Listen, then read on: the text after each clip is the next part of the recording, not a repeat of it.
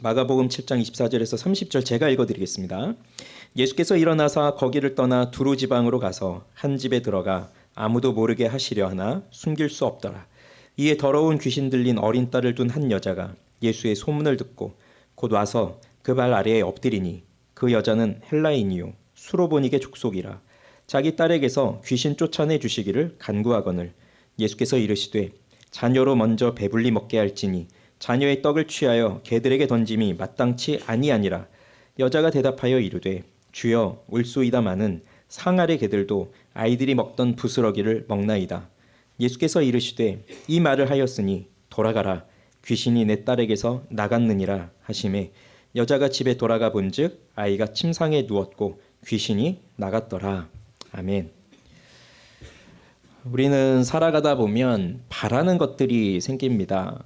가까이 생각해 보면 오늘 점심은 맛있는 걸 먹고 싶다 이런 생각을 또 하게 되죠. 그리고 또 멀리 생각을 해보면 10년 후에 내 모습은 이랬으면 좋겠다. 아니면 우리 아이들이 이렇게 컸으면 좋겠다. 이런 생각들을 하게 됩니다. 간단한 소원이야 어찌 보면 이루어질 수 있습니다.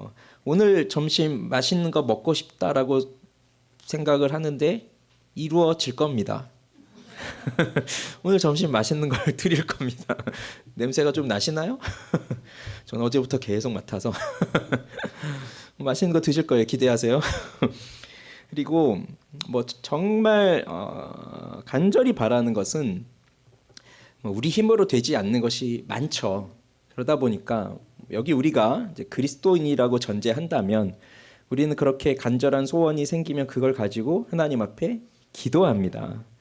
그렇지만 우리의 경험상 우리가 기도한다고 해서 하나님이 모든 걸 다 들어주시지도 않으시고 또 때로는 기도한 것들이 응답이 되긴 했는데 그 응답된 것들도 생각해 보면 우리가 기도한 대로 즉각적으로 응답되지 않고 아주 오랜 시간이 걸린 후에 응답되는 경우들도 있어요. 그러다 보니까 우리 마음속에 간절한 소원은 있는데 그리고 그걸 하나님 앞에 가져가서 기도도 하는데 바로바로 응답되지 않고 어떨 때는 이런 경험도 있어요. 내가 기도하지만 하나님께 돌아온 건 응답이 아니라 차가운 거절감 같은 거 이런 걸 느낄 때도 덜어 있습니다. 그러면 우리는 여러 가지 생각을 하게 돼요. 하나님은 나를 사랑하지 않으시는구나. 저 사람은 사랑하는 것 같지만 나는 사랑하지 않으시는구나. 그것부터 시작을 해서 그럼 도대체 내가 뭐가 문제인가? 내가 뭘 잘못했나?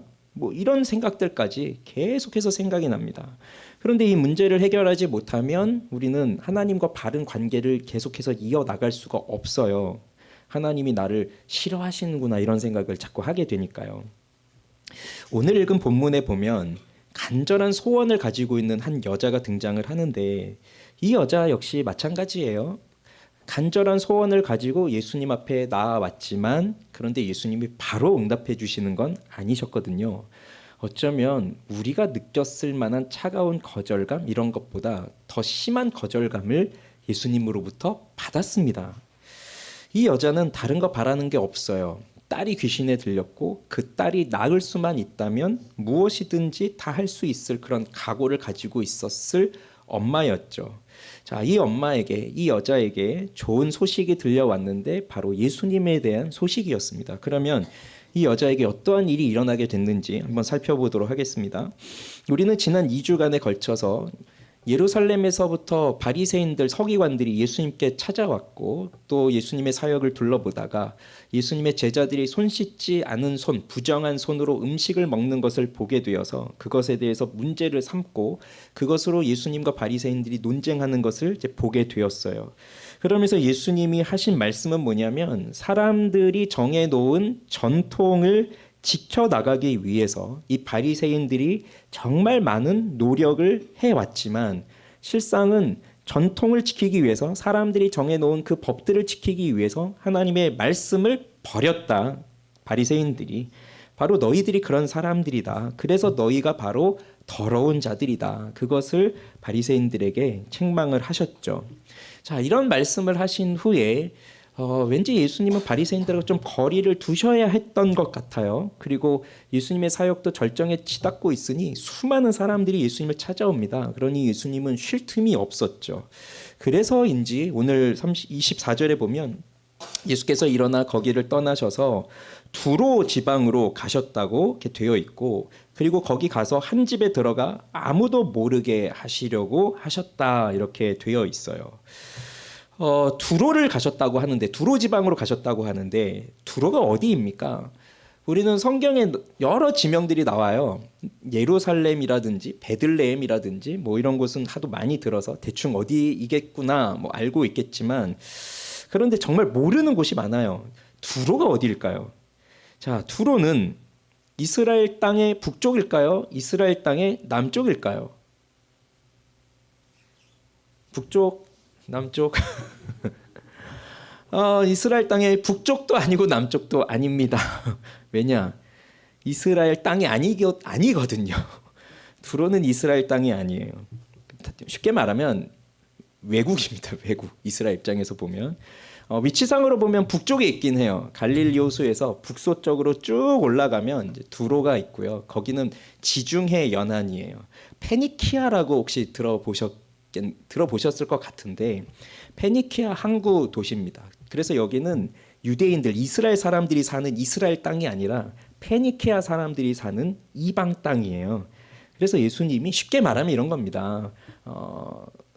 바리새인들을 떠나서 또 사람들을 떠나서 외국으로 가신 거예요. 외국 땅으로 가신 거예요. 그런데 아무도 모르게 한 집에 있으려고 했지만 사실 실패합니다. 그렇게 예수님은 좀 시간을 홀로 있으면서 하나님과 기도하고 하나님과 교제하고 이런 시간을 기대하셨을 것 같지만 실패해요. 앞선 3장에서도 예수님께서 가시는 길에 수많은 무리가 찾아오는데, 그 무리들이 어디서 왔냐면 갈릴리를 비롯해서 예루살렘, 유대, 이두메, 요단 저편, 그리고 거기도 보면 두로와 시돈에서부터 왔다고 되어 있어요. 그러니 예수님은 주로 갈릴리, 그러니까 유대 땅, 이스라엘 땅의 북쪽에 있는 갈릴리 지역에서 주로 사역을 하셨는데, 남쪽에 있는 예루살렘과 유대, 그 이두메 이쪽에서도 찾아왔고, 요단 동편에서도 찾아오고, 두로와 시도니까 저 북쪽에서도, 시도는 두로보다도 더 위로 올라가거든요. 그쪽에서도 예수의 소문을 듣고 지금 예수님께 찾아오는 그런 일들이 이미 3장에서부터 시작이 되고 있었어요. 그러니 예수님의 소문이 팔레스타인 전역으로 쫙 퍼진 거고, 팔레스타인 그 이스라엘 땅뿐만 아니라 외국에까지, 다른 나라들에까지 예수님의 소문이 퍼진 겁니다. 그리고 예수님이 두로에 오셨는데 두로에 왔다는 소문도 난 거예요. 참 신기합니다. 지금처럼 누구 유명한 사람 있으면 얼굴이 알려지고 그 사람 동선이 다 어디 인터넷 같은데 다 공개가 되고 하니까 여기 오는구나 여기 오는구나 찾아가지만, 이때 예수님 얼굴을 알았겠어요 사람들이? 그리고 예수님이 두로에 오시는지 어디에 오시는지 어떻게 알았겠어요? 그런데도 예수님이 오신 거를 다 알고 사람들이 몰려오는 거예요. 많은 사람들이 왔을 겁니다.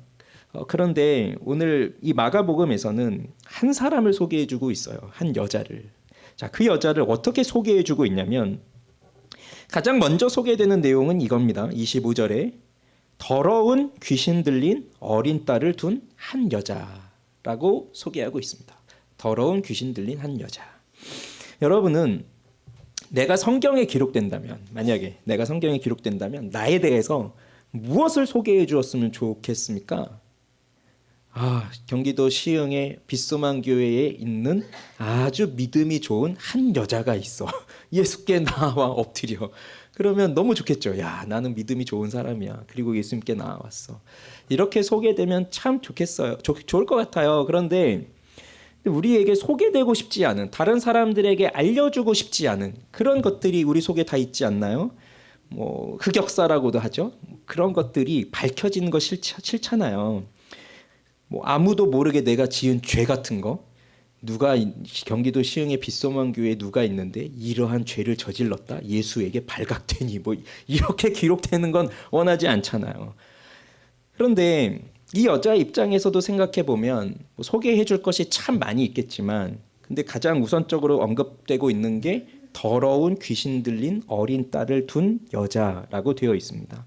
이건 이 여자에게 있어서 가장 가슴 아픈 일일 것이고 가장 벗어나고 싶은 현실일 거예요. 그렇지만 이 딸의 엄마인 이상 바뀔 수 없는 사실이죠.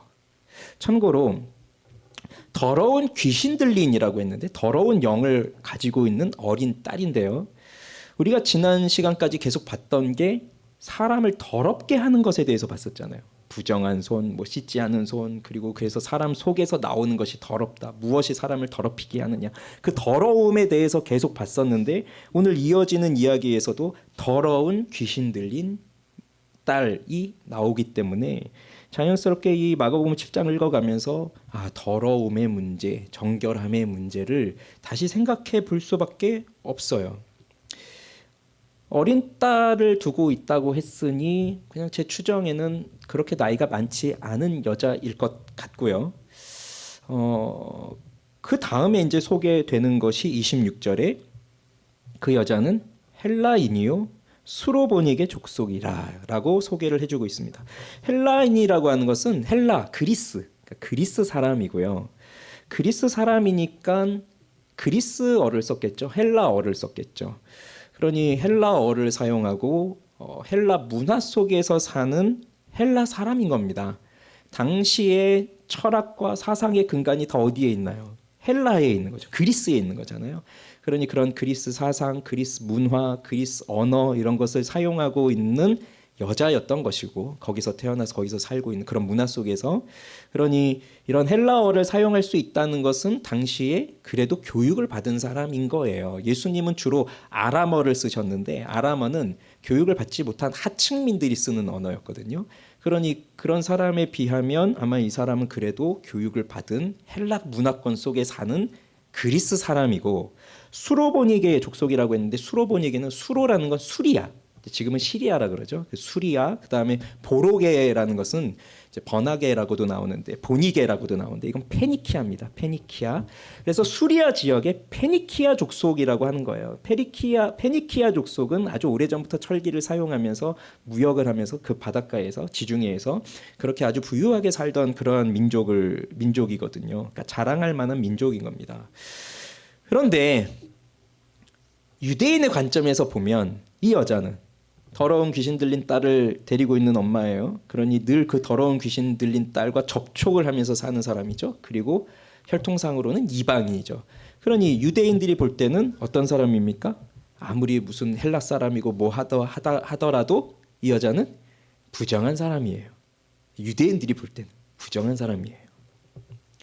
그런데 이 여자에게 간절한 소원이 있어요. 바로 더러운 귀신 들린 딸에게서 이 귀신이 떠나가는 그 고침을 받는 겁니다.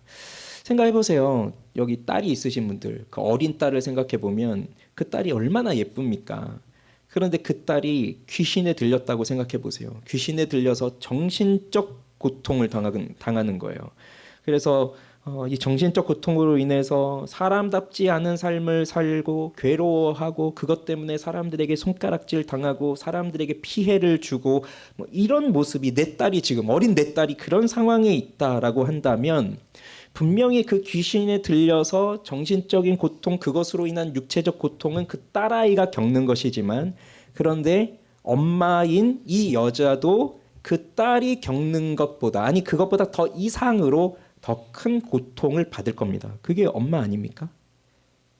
우리가 뭐 귀신 들린 거는 뭐 평소에 경험을 해보지 못하니까 그냥 우리 아이들 키우다 보면 감기에 걸리거나 뭐 몸살에 걸리거나 뭐 그럴 때 있잖아요. 그럴 때 이제 잠시 그렇게 아프다고 하더라도 엄마 입장에서는 그 아이를 케어하기 위해서 온 힘을 쏟잖아요. 밤잠을 못 자면서까지. 예전 교회에서도 우리 장애인들을 두고 있는 가정들을 여러 봤었는데 그런 장애인 자녀를 두고 있으면 거의 대부분이 그렇더라고요. 부모들이 잠을 잘 수가 없더라고요. 그 밤에 아이들이 잠을 제대로 못 자니까 근데 낮에는 또 일을 해야 되고 밤에는 아이를 돌보느라 잠을 못 자고 그런 세월을 우리 아이들이 그냥 감기 좀 걸렸다 몸살 좀 걸렸다 뭐 그러면 하루 이틀 길어야 일주일이지만 이러한 삶은 뭐 하루 이틀 일주일이 아니라 그냥 십수년째 그 일을 그렇게 살고 있는 거예요. 언제 될지 언제 끝날지 모를 그 일을. 근데 그렇게 엄마 아빠들이 그렇게 아픈 아이들을 두고 살아간다면 물론 육체적으로도 힘들죠. 잠을 못 자니까 아이를 케어해야 되니까 늘 보고 있어야 되니까. 그렇지만 정말 힘든 건 단순히 육체적인 것만이 아니라 마음이 아프고 정신이 괴롭죠. 부모의 입장에서 보면. 이 아이가 이렇게 된 게 내 죄 때문인가? 이런 생각도 할 수밖에 없어요. 그런 마음을 갖습니다. 그러니 오늘 나오는 이 여자도요. 딸인데 귀신이 들렸으니까 내가 너를 이제 더 이상 키울 수가 없다고 버려서 너는 그냥 귀신 들린 채로 살든지 죽든지 알아서 해라라고 딱 끊어버리면 이 여자가 뭐가 괴롭겠습니까? 그러나 엄마인 이상 그렇게 할 수가 없죠. 정상적인 엄마라고 하면 그렇게 할 수가 없죠. 그러니 고통은 이 딸에게 있지만 그러나 이 딸을 키우는 엄마 역시 굉장한 고통, 죄책감, 여러 가지 자책 이런 걸 가지면서 이 딸을 키우고 있는 그러한 엄마였을 거예요. 우리가 충분히 생각해 볼 수 있습니다. 그런데 당시 이 지역에서 살면서 아무것도 안 했겠어요. 이 딸 아이를 고치기 위해서. 그 당시에 할 수 있는 의술적인 것들을 다 해봤을 것이고 또 이교도 종교적으로 이교도 문화 속에 있으니 여러 신들, 무당들을 찾아다니면서 고쳐달라고 했을 겁니다. 여기 두로 이쪽이 이스라엘을 바알 숭배로 물들게 했던 그 이세벨, 엘리야 시대 때 그 이세벨이 바로 여기 출신이에요. 그러니까 여기 이 지역은 오래 전부터 그런 이교, 종교, 우상 숭배 이런 것으로 가득한 동네였기 때문에 얼마든지 이 여자도 그런 문화 속에서 살았다면 이 귀신 들린 걸 고치기 위해서 다른 종교적 방법들도 수없이 해봤을 거예요. 그러나 다 소용이 없었고 오히려 이 귀신은 더 흉악해질 뿐이었습니다. 그런 상황 속에서 예수님에 대한 소문을 들은 거예요. 무슨 소문입니까? 예수님이 병자들을 고쳐주시더라. 그리고 귀신 들린 자들을 고쳐주시더라. 그 소식을 들은 겁니다. 그런데 그분이 우리 마을로 오신 거예요. 이건 대단한 일이죠. 그분을 향해서 찾아갈 수 없는데 그분이 우리 마을로 오셨다는 겁니다. 이 외국 땅 여기까지 오셨다는 겁니다.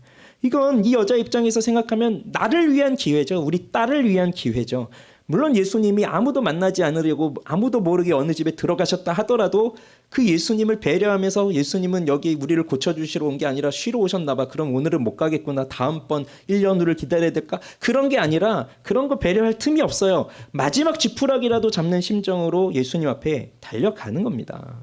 그래서 25절에 보면 이 더러운 귀신 들린 어린 딸을 둔 여자가 예수의 소문을 듣고 곧이라고 나오죠. 곧 와서 그 발 아래에 엎드리니라고 되어 있습니다. 그리고 이 여자는 26절에 보면 자기 딸에게서 귀신 쫓아내 주시기를 간구합니다. 그런데 여기서 누구도 예상하지 못한 일이 일어납니다. 우리가 그동안 읽었던 복음서의 내용, 또 우리가 생각하고 있는 예수님에 대한 상식으로 이 여자를 예수님이 받아주신다면 그러면 이 이방인이 나를 찾아왔구나. 너의 믿음이 참으로 크다. 내가 너희의 집에 함께 가겠다. 야이로 생각나시죠? 야이로가 12살 난 자기 딸 죽게 생겼으니까 회당장 야이로가 예수님 앞에 발 아래 엎드려서 자기 딸 구해달라고 하잖아요. 예수님이 함께 가자라고 하면서 갔잖아요. 그런 걸 생각해 본다면 이 여자의 집으로 가시거나 아니면 우리 또 지난주에 새벽에 또 봤던 그 백부장 이야기를 본다면 말씀만 하십시오. 내 하인이 나을 겁니다라고 한다면 오늘 또 여기서 말씀하심으로 나을 수 있잖아요. 그렇게 해주시는 게 우리가 생각하는 예수님에 대한 기본적 모습인데 그런데 오늘 예수님 이렇게 말씀하세요. 27절 같이 읽어보겠습니다. 예수께서 이르시되 자녀로 먼저 배불리 먹게 할지니 자녀의 떡을 취하여 개들에게 던짐이 마땅치 아니하니라. 이게 무슨 말인가요? 자녀로 먼저 배불리 먹게 할지니 자녀의 떡을 취하여 개들에게 던짐이 마땅치 아니하니라. 자, 이 말만 들어보면 고쳐주시겠다는 겁니까? 아닙니까? 그리고 여기서 자녀는 누구고 도대체 개들은 또 누굽니까? 이게 정말 예수님이 하신 말씀이 맞습니까? 잘못 읽은 건 아닙니까? 이게 정말 예수님이 이런 말씀을 하셨다고요?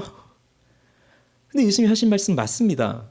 이게 무슨 말입니까? 자녀로 먼저 배불리 먹게 한다. 여기 자녀는 유대인들을 말하는 것이고요. 그 다음에 개들에게 던짐이 마땅치 않는다고 했는데 개들은 누구를 말하는 겁니까? 이방인들을 말하는 것이고 즉 지금 이 여자하고 대화 속에서 개들은 누굽니까? 바로 이 여자입니다. 지금 이 여자 바로 앞에 있는 그 여자를 향해서 개다라고 말하고 있는 거예요. 너는 개다. 다 아시겠지만 개는 부정하죠. 좋은 의미가 아닙니다. 이건 우리 문화 속에서도 그래요.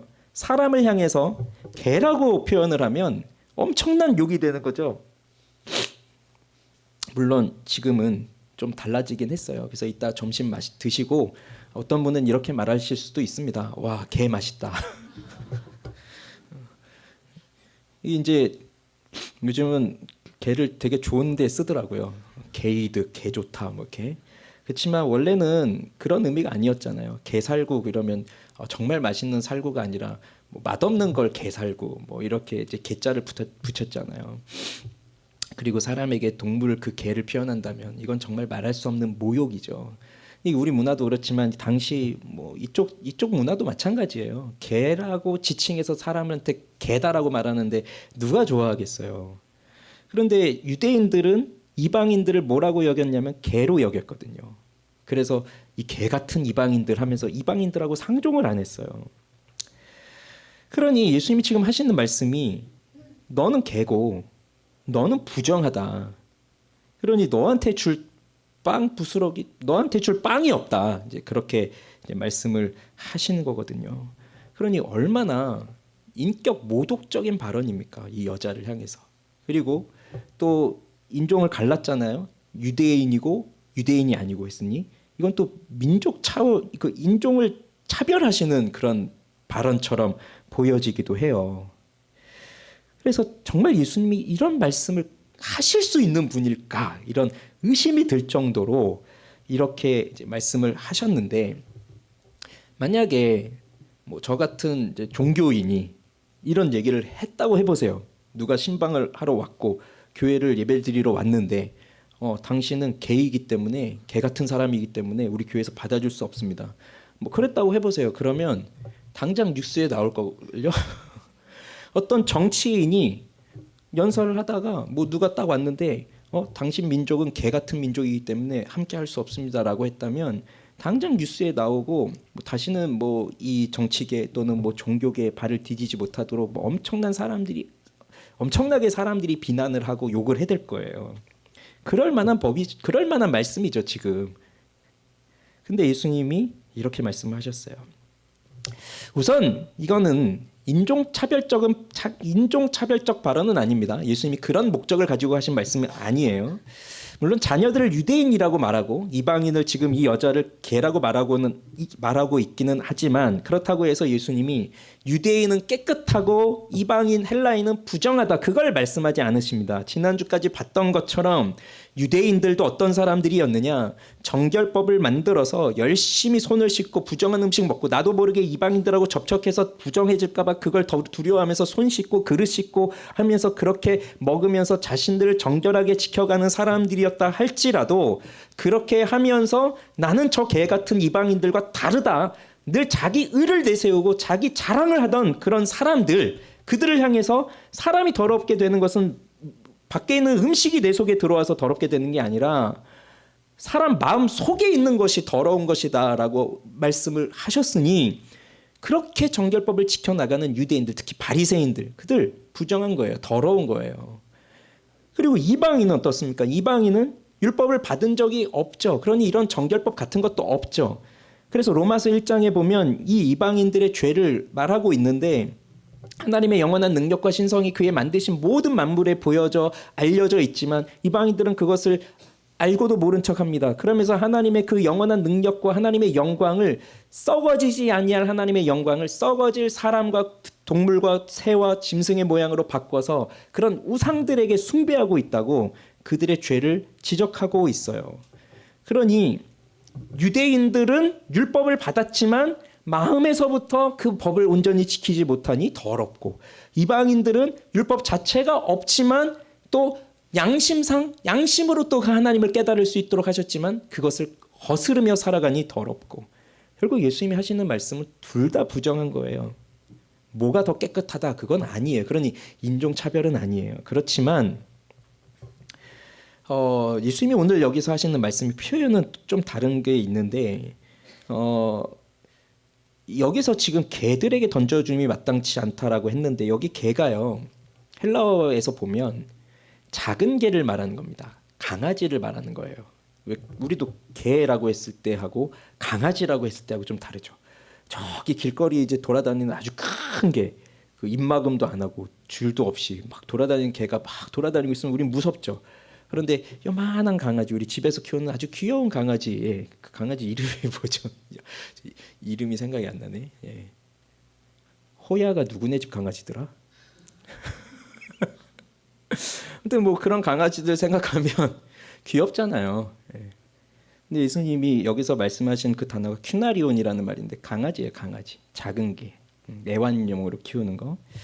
그래서 자녀들의 빵을 뺏어서 저 커다란 개에게 던져주는 것이 아니, 그렇게 말씀하시는 게 아니라 자녀들의 빵을 뺏어서 우리 집에서 키우는 작은 그 애완견한테 던져주는 것이 마땅치 않다. 이렇게 이제 좀 돌려서 좀 말씀을 하시는데, 그렇다고 해서 그 말을 듣는 사람 입장에서 생각해 보면 개나 강아지나 사람은 아니잖아요. 기분은 나쁘죠. 좋을 리가 없습니다. 그런데 이 말을 들은 여자는 주저없이 이렇게 답해요. 28절 읽어봅시다. 여자가 대답하여 이르되 주여 올소이다마는 상 아래 개들도 아이들이 먹던 부스러기를 먹나이다. 이 말이죠. 주님, 그렇습니다.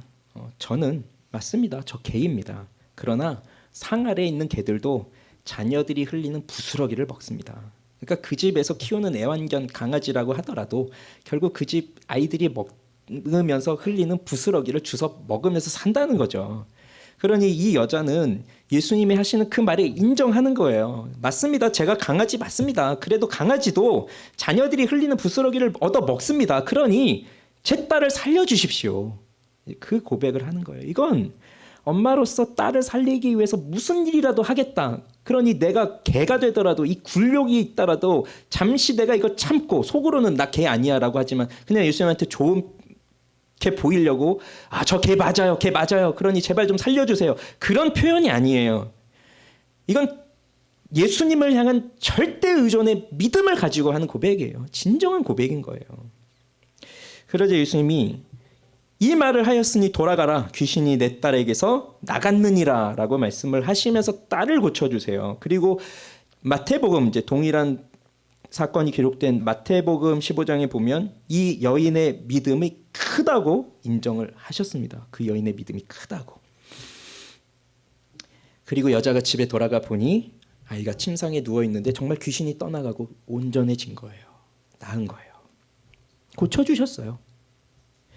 그런데 이제 우리가 궁금한 건 이겁니다. 고쳐주실 건데 어차피 왜 이 여자에게 이런 발언을 하셨느냐, 이런 말을 하셨느냐, 그냥 한 번에 고쳐주시면 안 되었을까? 이런 생각을 하는 거죠. 이게 질문인 거죠. 왜 굳이 이렇게 개라는 표현을 쓰면서까지 그 여자로 하여금 자존심도 상하고 굴욕감을 느끼게 할 만한 그런 말을 하셨을까?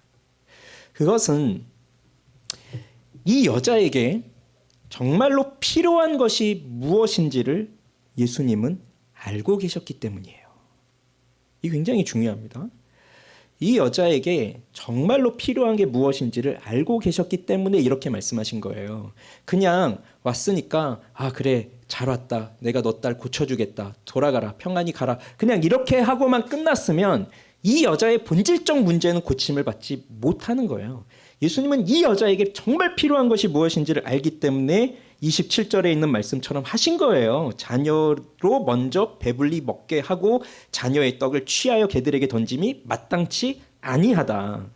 그러면 이 여자에게 필요한 것이 무엇이었나요? 우선 첫째로는 정확한 자기 인식이 필요했습니다. 즉 내가 누구인가 하는 것을 깨달아야 돼요. 두로지방 페니키아 족속의 여자, 헬라 문화권에서 살고 있는 그리스 사람. 자, 이 사람이 유대인과 비교를 해봅시다. 아까 유대인의 관점에서 보면 이 여자를 뭐라고 봅니까? 유대인들은 부정한 여자죠. 더러운 귀신 들렸고 접촉하고 귀신과 접촉하고 있고 이방인이고. 그런데 그건 어디까지나 유대인 생각이에요. 유대인 생각이에요. 이 여자의 관점에서 보면요. 헬라인 관점에서 보면요. 당시에 갈릴리 사람들은 이 두로에 식량을 공급하고 바치고 있었어요. 그래서 갈릴리 사람들은 가난하지만 두로 사람들은 굉장히 부유하게 사는 거예요. 그렇게 본다면 갈릴리에서 온 예수님과 그의 제자들은 이 여자가 볼 때 가난한 사람들이에요. 예수님보다 더, 제자들보다 더 부자인 거예요. 이 여자는 더 부유하게 살고 있는 거예요. 더 부유한 문화권 속에서.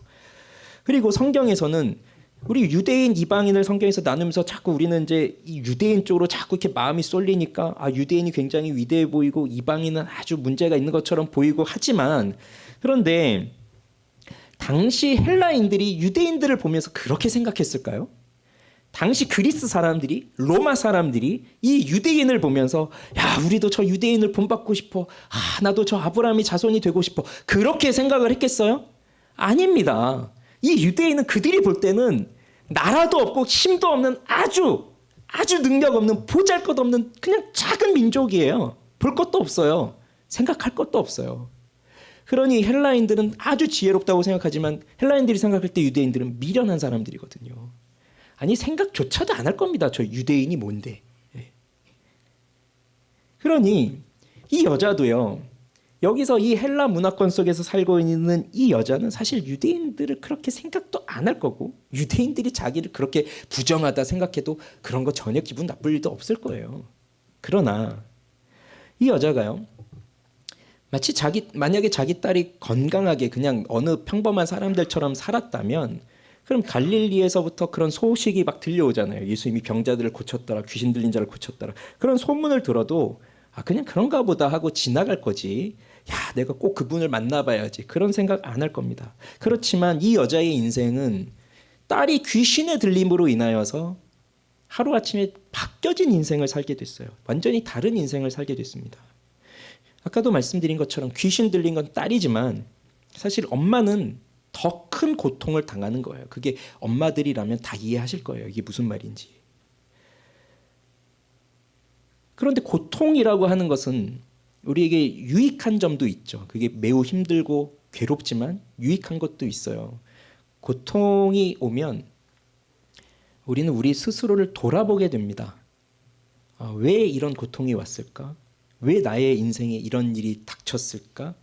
그러면서 자기 자신을 돌아보게 하는 힘이 또 그 어려움 속에는 있어요.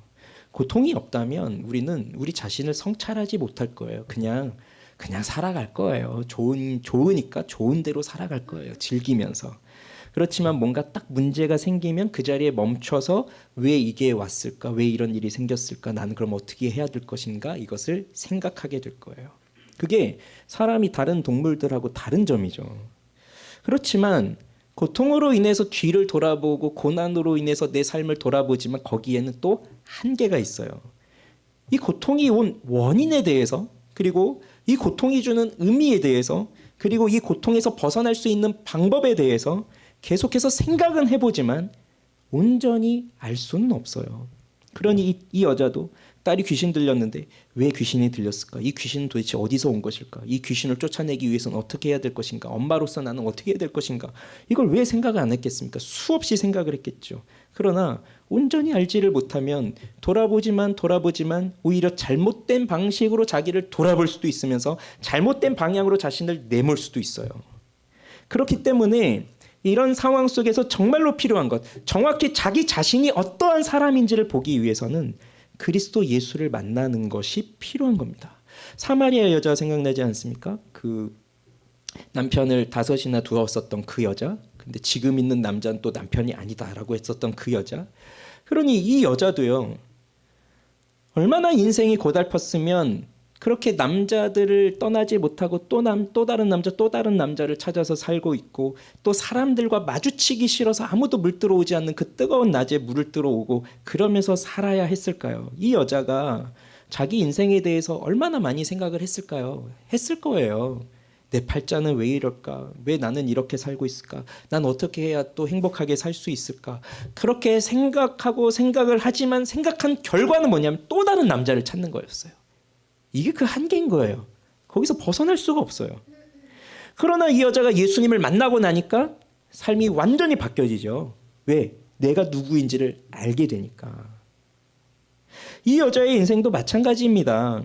이 딸이 귀신 들리기 전까지는 어느 사람과 다를 바 없이 아주 행복하고 편안하게 살았을 거예요. 물론 어려운 일이 종종 일어났겠지만 이 정도의 일은 아니겠죠. 그냥 하루 이틀 지나가면 지나갈 일이니까. 그런데 이제 이렇게 귀신 들리게 되고 귀신에서 고침을 받을 수가 없게 되니까 이 여자의 인생은 완전히 무너진 겁니다. 그런데 무엇이 가장 힘들까요? 엄마로서.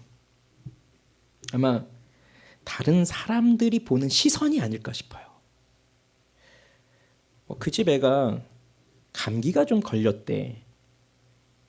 이거 하고요. 우리 코로나 초기 때, 코로나 초기 생각나시죠? 코로나 초기. 코로나 걸리면 무슨 동선 다 파악해서 언론에 쫙 뿌려주고 막 했잖아요. 그러면서 아주 낙인 찍히잖아요. 그쪽은 가면 안 된다. 근데 그때 생각해 보세요. 그 집 애가 코로나에 걸렸대. 다르죠, 느낌이. 근데 그 집 애가 아프대. 근데 그냥 아픈 게 아니라 정신병이래. 이러면 이것도 다르죠. 느낌이 또 달라요. 근데 정신병 정도가 아니야. 귀신에 들렸대. 이게 소문이 난다고 생각해 보십시오. 그 집 애가 귀신에 들렸대. 더러운 귀신에 들렸대. 아유, 그 엄마 참 고생이겠다. 오죽했으면 그 애가 귀신이 들렸을까? 그 엄마가 도대체 어떻게 살았길래 그 애가 그렇게 됐을까? 이런 것들이 실제로 사람들에게 있을지 없을지는 모릅니다. 사람들이 그렇게 얘기할 수도 있고요. 또 이럴 때는 보통 사람이 생각하기에 사람들이 이럴 거야, 이렇게 수군거리고 있을 거야, 그렇게 또 생각을 한단 말이야. 실제로 없는데도 자기가 그렇게 만들어내요. 그런 상황들을. 그런 상황에 놓여 있다고 한다면 지금 이 여자는 어떤 상황입니까? 지금 사실 이 딸을 고쳐달라고 예수님 앞에 나온 것이지만 사실 이 엄마가 어떤 상태예요? 이 엄마가 고침을 받아야 되는 상태인 거예요. 예수님은 그걸 알고 계신 거예요. 그러니 그냥 돌아가서 딸 고침 받았다, 딸 고쳐줄게, 그 정도로 끝내실 수가 없는 겁니다. 예수님은 지금 이 여자를 고쳐주셔야 돼요. 그래서 네 상황이 뭔지를 봐야 된다. 그걸 말씀하시는 거예요. 이 여자가 무엇을 감추고 있는지, 무엇을 힘들어하고 있는지, 무엇 때문에 고통스러워하는지, 그리고 이걸 어떻게 고쳐줄 수 있을지 예수님은 다 아시는 거예요. 그 여자를 창조하신 하나님이시니까. 그래서 이 여자가 예수님을 만났는데 예수님은 딴지를 거는 것 같죠. 개들에게 던짐이 마땅치 않아. 그러면 이 말을 들었을 때 아무도 없는 곳에서 예수님과 단둘이 들었다면 그래도 좀 괜찮았을까요? 그런데 아마 상황상은 사람들이 많았을 거예요. 제자들도 있었고. 그런 상황에서 너는 개야 라는 말을 들었다고 해보세요. 사람들이 주변에 있는데. 그러면 어떻겠습니까? 이 마음이. 굉장히 창피하겠죠. 사람들 앞에서. 그리고 예수님과 단둘이 있었다고 하더라도 그것은 굉장한 굴욕일 거예요. 나보고 개라고? 그래서 사람들이 흔히 모욕을 당하게 되면 수치감을 느끼죠. 부끄러움을 느껴요. 창피하게 돼요. 그러면 보통 이런 반응을 하게 돼요. 하나의 반응은 그래, 나 개 맞아. 그래, 내가 그렇지 뭐 하는 반응이에요. 이건 뭐죠? 그냥 자기를 비하시키는 거예요. 평소에 나도 내가 개라고 생각했는데 다시 한번 인정되는 거예요. 그래, 나 개구나. 그러니 뭐 어떡하지? 나 같은 사람은 살 수 없는 거구나 하고 자기를 비하하고 더 숨는 거예요. 그러니까 이런 사람들은 어려운 일이 생기면 잠수를 타죠. 안 보이는 곳으로 숨어버려요. 근데 이 여자는 보세요. 만약에 그런 식으로 반응을 했다면 그럼 이 여자는 개들에게 던짐이 마땅치 아니하다라고 하면 그렇군요. 저 같은 여자는 그렇죠 뭐 하고 돌아갔을 거예요. 그리고 그 귀신 들린 딸하고 뭐 계속 살든지 뭐 어떻게 하든지 거기서 포기하고 낙심에 빠진 채 살았겠죠. 또 하나의 반응은 이런 반응을 보일 수 있겠죠. 화를 내는 거죠. 나한테 그렇게 말한 사람에게 화를 내는 거죠. 아니 예수님, 당신이 나에 대해서 뭘 안다고 나를 개라고 칭하십니까? 내 상황을 어떻게 안다고 그렇게 말할 수 있습니까? 오늘 이렇게 처음 만났는데 내 인생 보신 적 있습니까? 내 딸 보신 적 있습니까? 그런데 어떻게 나한테 개라고 초면에 이렇게 말할 수 있습니까? 아, 소문하고 다르군요. 소식하고 다르군요. 좋은 분이라 생각했는데 아니군요. 라고 생각할 거예요. 그러면서 화를 낼 거예요. 그러면 어떻게 됐겠어요? 이 여자도 만약 그런 식으로 반응했다면 그러면 그 여자도 화를 내고 예수님에 대해서 분노를 쏟아내고 돌아갔겠죠.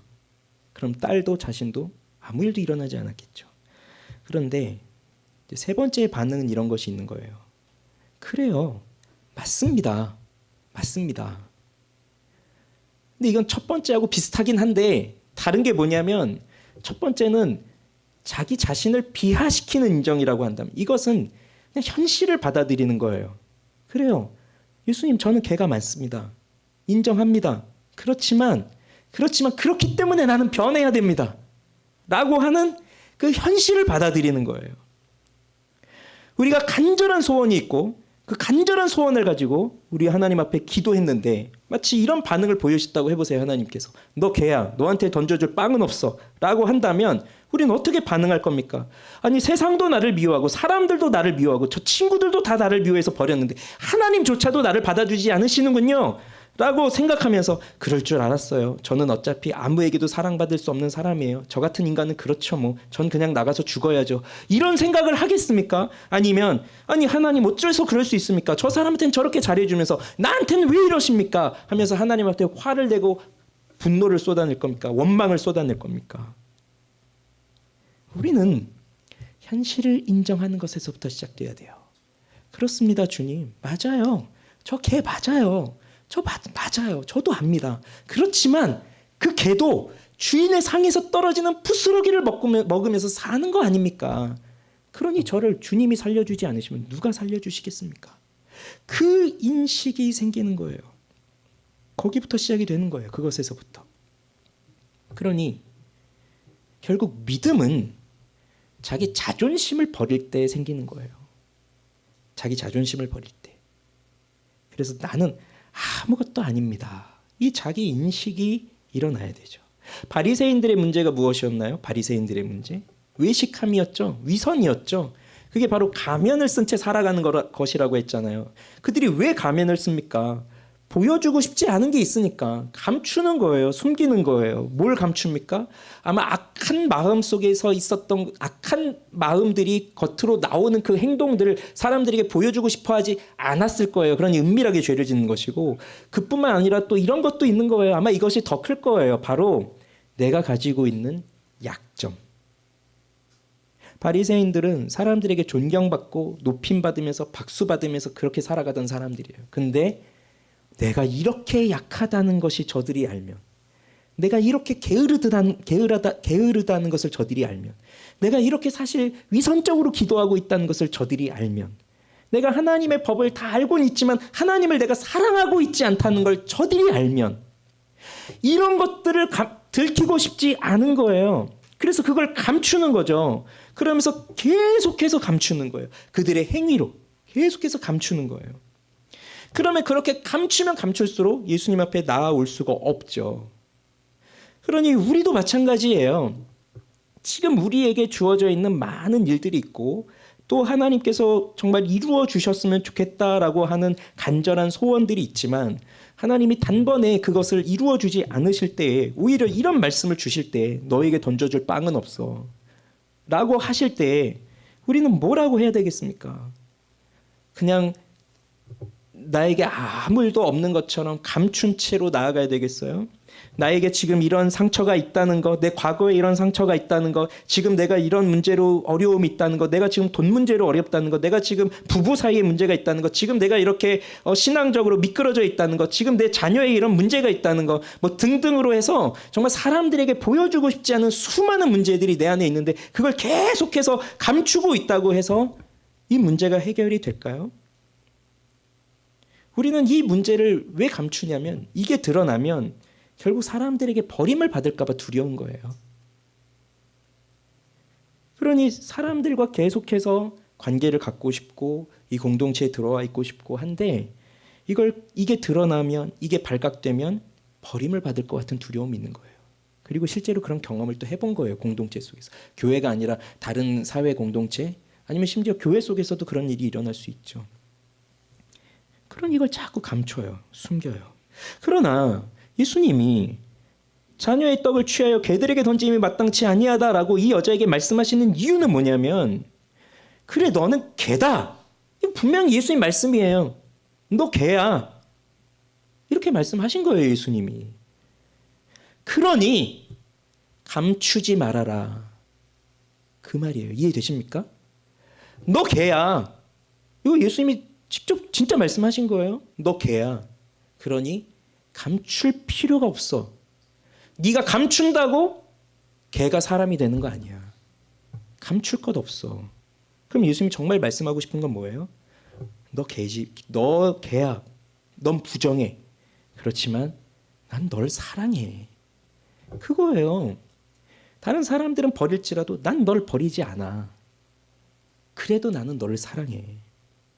네가 그렇게 본성상 바뀔 수 없는 개와 같이 부정한 죄인이라 할지라도 그래도 나는 너를 사랑해.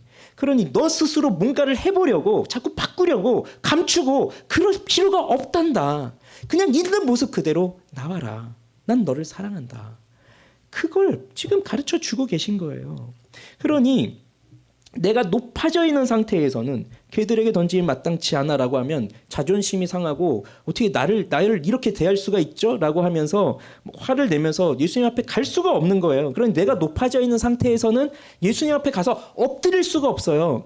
엎드리더라도 그럼 가면 쓰고 하는 거죠. 그냥 이것만 잘 지나가면 나는 얻을 수 있는 것을 얻을 수 있을 테니까 그런 심정으로. 근데 그게 아닙니다. 나하고 예수님을 동일선상에 세워놓고 그러면서 예수님 나한테 이것 좀 해주십시오라고 하는 거는 그건 예수님 앞에 엎드리는 게 아니라 예수님한테 새로운 의무를 주는 거죠. 나한테 이거 해주십시오. 우린 동급이니까요. 이런 생각을 하는 거죠. 나한테 이거 주십시오. 그럼 나도 이거 하겠습니다. 뭐 이런 거잖아요. 그런데 그런 식으로 하면 우린 예수님 앞에 나아갈 수 없어요. 예수님을 만날 수가 없어요. 그런데 우리는 종종 이런 오류에 자꾸 빠져요. 나하고 예수님을 자꾸 동일선상에 두는 거예요. 내가 이렇게 할 테니 예수님도 이렇게 하십시오. 예수님 이렇게 해주십시오. 그럼 나 이렇게 하겠습니다. 거래를 하는 거죠. 그러나 우리는 엎드려야 돼요. 그래서 바로 응답이 되지 않아요. 응답의 기미도 보이지 않아요. 그러면 우리는 우선적으로 원망이 들어요. 하나님에 대한 원망이 들어요. 나에 대한 원망도 들어요. 상황에 대한 원망도 들어요. 그런데 그런 상황일 때 우리는 더 엎드려야 된다고요. 그래서 나는 아무것도 아닙니다. 나는 은혜를 받을 자격도 없습니다. 사실 부스러기 얘기하지만 난 부스러기도 받을 자격도 없는 그런 사람입니다. 그런데 감사한 건 뭐냐면요. 나는 아무것도 아닙니다라고 하는 자기 인식이 그리스도 앞에서 생기잖아요. 그러면 그리스도 앞에 더 담대히 구할 수 있게 돼요. 이게 놀라운 변화예요. 나는 아무것도 아닙니다. 부스러기 같은 은혜도 받을 자격이 없습니다라고 하는 자기 인식이 생기는 사람은 더 담대히 그리스도 앞에 나가서 구할 수가 있어요. 주님, 그러니 저한테 이걸 주십시오. 어떤 심정으로요? 동급으로 보는 게 아니라 이제 완전히 낮아진 주님의 종으로서 주님 앞에 구하는 겁니다. 왜냐하면 그 주님이 누구인지를 알거든요. 그 예수님이 누구인지를 알거든요. 이분이 이렇게 겸손히 낮아진 자에게는, 그렇게 구하는 자에게는 좋은 것을 주시는 분이라는 것을 이제 확실히 알게 된 거거든요. 그러니 이 자기 인식이 예수님 앞에서 확실하게 생기면 분명하게 더 담대히 용기를 갖고 구할 수가 있게 되는 거예요. 이 여자에게 필요했던 것이 또 하나 있습니다. 그건 바로 믿음입니다. 예수님은 이 여자에게 믿음을 불타오르게 하기 위해서 개들에게 던짐이 마땅치 않다, 이런 말씀을 하셨어요. 예수님이 이 여자로 하여금 기분 나쁘게 하기 위해서 이 말씀하신 게 아니에요. 너 구원받을 자격이 없다. 너 딸은 고쳐주지 않을 거다. 이렇게 말하기 위해서가 아니라 이 여자의 믿음을 더욱더 불타오르게 하기 위해서 그런 말씀을 하셨습니다. 물론 로마서에 보면 구원이 유대인에게서부터 시작이고 그 다음 헬라인에게로 간다는 그런 말씀도 있어요. 그래서 구속사적 계획에 의하면 점차 유대인으로부터 이방인으로 향하여서 퍼져갈 것이라는 그런 말씀도 있지만, 그런데 이 문맥 속에서만 그냥 그런 거 생각하지 않고 그냥 예수님과 이 여자의 대화 속에서만 생각을 해본다면 예수님이 이렇게 말씀하시는 것을 통해서 이 여자는 믿음이 더욱더 불처럼 타오릅니다. 참 이상하죠. 우리 인생은 살아가다 보면 잔잔한 물결만 있는 건 아니에요. 꽃길만 걷는 건 아니에요. 우리 막내가 얼마 전에 그 어린이집을 졸업했는데 어린이집 유치원 졸업하는 거 제가 이렇게 그 시즌에 이렇게 딱 보니까 다 꽃다발 같은 거 이렇게 문구가 다 써 있잖아요. 다 보니까 똑같더라고요. 꽃길만 걸으렴. 네, 다 그렇게 해서 이제 애들한테 이제 초등학교에 가는 새로운 환경에 나가는 아이들을 향해서 꽃길만 걸으렴. 그런데 꽃길만 걸으렴이라고 쓴 사람은 그 누구보다 더 잘 알 거예요. 세상에 꽃길이 없다는 거. 그리고 꽃길만 걸으면 과연 행복할까 그런 생각도 듭니다. 제가 꽃길을 안 걸어봐서 모르겠는데 꽃길만 걸어가면 행복할까요? 재밌을까요? 좋을까요? 지겨울 것 같은데 그것도 시간 지나면 우리 인생은 산을 오르고 내리는 것 같은 것 같기도 하고 배를 타고 망망한 대해를 건너는 것 같기도 하고 그래서 잔잔한 순간도 있고 팽팽한 순간도 있고 어떨 때는 정말 파도가 밀려오는 순간도 있고 어떨 때는 낭떠러지에서 굴러떨어지는 순간도 있고 어떨 때는 사력을 다해서 절벽을 기어 올라가는 순간도 있고 그게 우리 인생이에요. 그런데 그 모든 순간 하나하나는 다 하나님께서 우리에게 허락하신 섭리 속에서 일어나는 일이고 그 시간들을 통해서 아까 말했던 것처럼 그런 시간들이 있기 때문에 우리는 우리 자신을 돌아보면서 하나님 앞에 나아가게 하는 거예요. 그래서 그런 순간이 생기면 이제 우리는 기도하게 되죠. 근데 기도하게 될 때 하나님 앞에 나아가게 될 때 단번에 응답되지 않아요. 병이 들었어요. 기도합니다. 그럼 병을 고쳐주시나요? 고쳐줄 수도 있지만 아닐 수도 있어요. 살려주세요라고 기도하지만 꼭 다 살아나는 건 아니에요. 죽을 수도 있어요. 돈이 필요해요. 기도하지만 돈은 자꾸 빠져나갈 수도 있어요. 물론 채워주실 수도 있어요. 그러니 우리가 기도할 때마다 내가 원하는 대로 즉각 이루어지지 않고 오히려 그렇지 않을 때가 더 많은데 그럼에도 우리는 기도를 포기하면 안 되는 이유가 있습니다. 기도는 매우 유익한 것이기 때문에 그래요. 왜 유익하냐면 이 기도라는 과정을 통해서 우리 자신을 보기 때문이에요. 내가 얼마나 연약한 존재인지, 내가 얼마나 믿음이 없는 존재인지. 걔들에게 던짐이 마땅치 않다라고 했을 때 속에서 막 끌어오르면서 어떻게 그럴 수 있습니까? 라고 한다면 나중에 하루 이틀 지나고 나서 다시 기도하면서 생각해보면 제가 이런 인간밖에 안 되는군요, 주님. 생각하게 되는 거예요. 깨닫게 되는 거예요. 그래서 불신자들은 당장에 나타날 결과를 생각하면서 하나님을 찾지만 우리는 그렇게 기도하지 않습니다. 당장의 결과가 아니라 이 과정을 통해서 나를 보게 하시고 이 과정을 통해서 하나님을 사랑하면서 살아갈 수 있게 하는 그 과정의 은혜를 경험하게 하시는 거예요. 그렇기 때문에 우리는 하나님 앞에 나아가는 것이 필요하죠. 그래서 걔들에게 던짐이 마땅치 않다. 그건 너 가라 그 말이 아니라 더 간절한 믿음을 가지고 더 간절히 구해라. 그거를 가르쳐 주시는 겁니다. 그래서 이 여자는 예수님께 절대 의존의 심정으로 나간 거예요. 그래서 죄 옳습니다. 근데 상 아래에 있는 개들도 아이들이 먹던 부스러기를 먹습니다. 그게 바로 그 믿음으로 구하는 그 심정이었던 거예요. 그 믿음이었던 거예요. 그러니 지금 우리에게 필요한 게 뭡니까? 바로 이렇게 하나님께서 내려주시는 이 은혜잖아요. 그런데 이 은혜 말고 또 다른 부스러기를 다른 데서 찾고 있습니까? 근데 그런 것 없습니다. 오로지 하나님이 내려주실 은혜만이 필요한 거예요. 그러니 그 은혜를 사모하면서 나아가는 것이 필요한 거죠. 그래서 예수님께서 이 여자에게 자녀의 떡을 취해서 개들에게 던짐이 마땅치 않다라고 하시는 이 말씀은 그냥 하신 말씀이 아니라 이 여자로 하여금 자기 자신이 누구인지를 깨닫게 하시고 그래서 나도 고침을 받아야 되는 사람이라는 걸 알게 하시고 그러면서 그에게 믿음을 불러일으켜 주셔서 정말 예수님께 확고한 믿음, 절대 의존의 신앙을 가지고 예수님께 다시 한번 엎드리도록 하는 그렇게 하신 하나님의 지혜였던 겁니다. 말씀을 맺을게요. 예수의 소문을 이 여자가 들었는데 그 소문은 정말 예수님께서 자신의 백성들을 목자 없는 양과 같이 불쌍히 여기신다는 거였죠. 고쳐주신다는 거였죠. 그것에 대한 신뢰가 신뢰를 가지고 나왔지만 부딪혔죠. 깨지는 것 같았죠. 그러나 더 확고한 신뢰로 예수님 앞에 엎드리죠. 바로 내가 주님의 백성이라고 한다면 비록 이방인이고 내가 이방인이긴 하지만 그렇지만 예수님이 나를 정말 그분의 백성으로 삼아 주신다면 나를 버리시지 않으실 거야. 나를 반드시 불쌍히 여기셔서 내 소원을 들어주실 거야 라고 하는 그 믿음과 신뢰로 나온 거예요. 오늘 주보에 그 아구스티누스의 고백록의 일부를 좀 실어드렸습니다. 일부 때는 이걸 설교 때 직접 얘기를 드렸지만 지금 이제 시간이 많이 지나서 말씀드리진 않겠습니다. 이제 읽으시면서 한번 생각을 해보십시오. 그 어거스틴의 어머니도 아들을 위해서 기도를 많이 했지만 단번에 응답되지 않았습니다. 그래서 많이 시리에 빠졌었죠. 그렇지만 그렇게 간절히 기도하는 사람의 기도는 하나님이 외면하지 않으십니다. 단 한 번의 간구로 응답이 오지 않는다고 하여도 우린 낙심할 필요가 없습니다. 그 자리에서 우리는 더욱 주님의 뜻을 구하면서 나아가면 됩니다. 그러다 보면 내가 어떠한 사람인지 또 지금 내게 필요한 것이 무엇인지 주님은 깨닫게 해주실 겁니다. 그러한 빛이요 소망이신 그리스도께로 나아오십시오. 우리 같이 찬양합시다.